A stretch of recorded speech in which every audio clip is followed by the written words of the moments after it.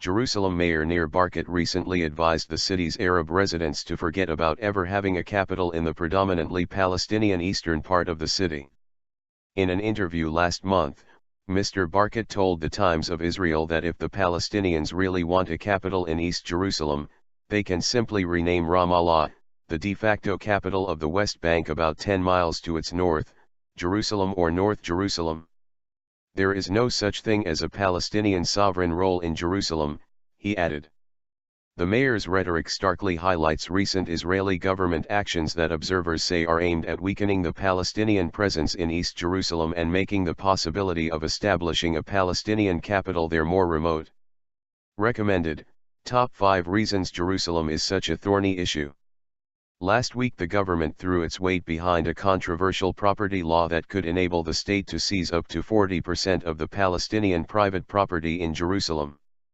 And in recent weeks, authorities have revived a policy of demolishing Palestinian homes built without permits, ending an unofficial moratorium on home demolitions in response to U.S. criticism. Palestinians argue that restrictive planning policies make it virtually impossible to get the required permits. Israeli organization IRAMIM, City of Nations, which calls for equality in the city, says that 12 buildings housing a total of 105 Palestinians have been destroyed since April 15. It's all connected.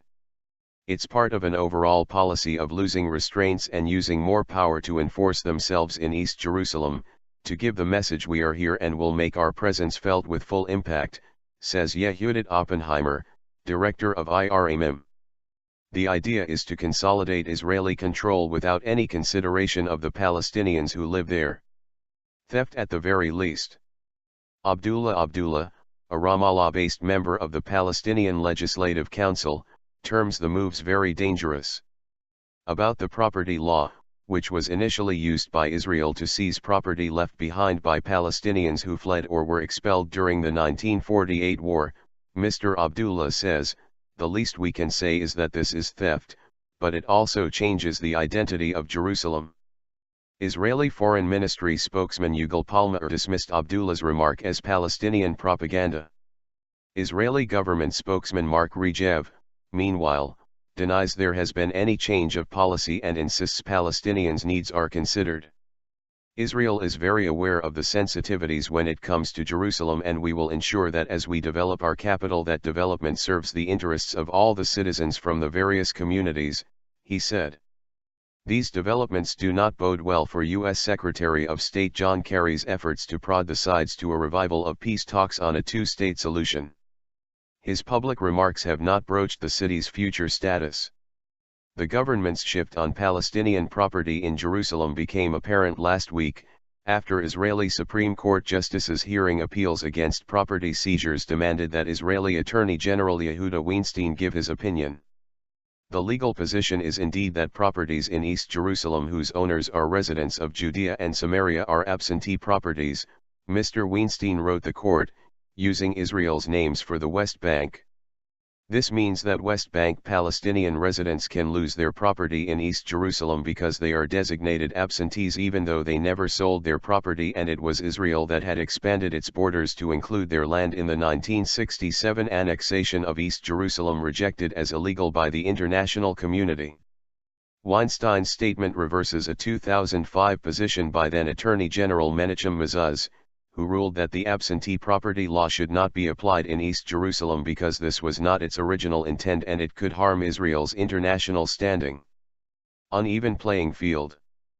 But Danny Seidman, a lawyer who is head of Terrestrial Jerusalem, a research institute that promotes conflict resolution for the city, says shifting away from Mezuz's stance could make up to 40% of the private Palestinian property in East Jerusalem subject to seizure by the Israeli government.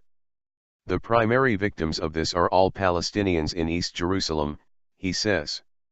Since many properties are under shared ownership, with at least one owner a relative who lives in the West Bank, merely reporting a property sale could subject the property to being declared absentee in whole or part by Israeli authorities when the ownership is reviewed for taxation or other purposes, Seidman said.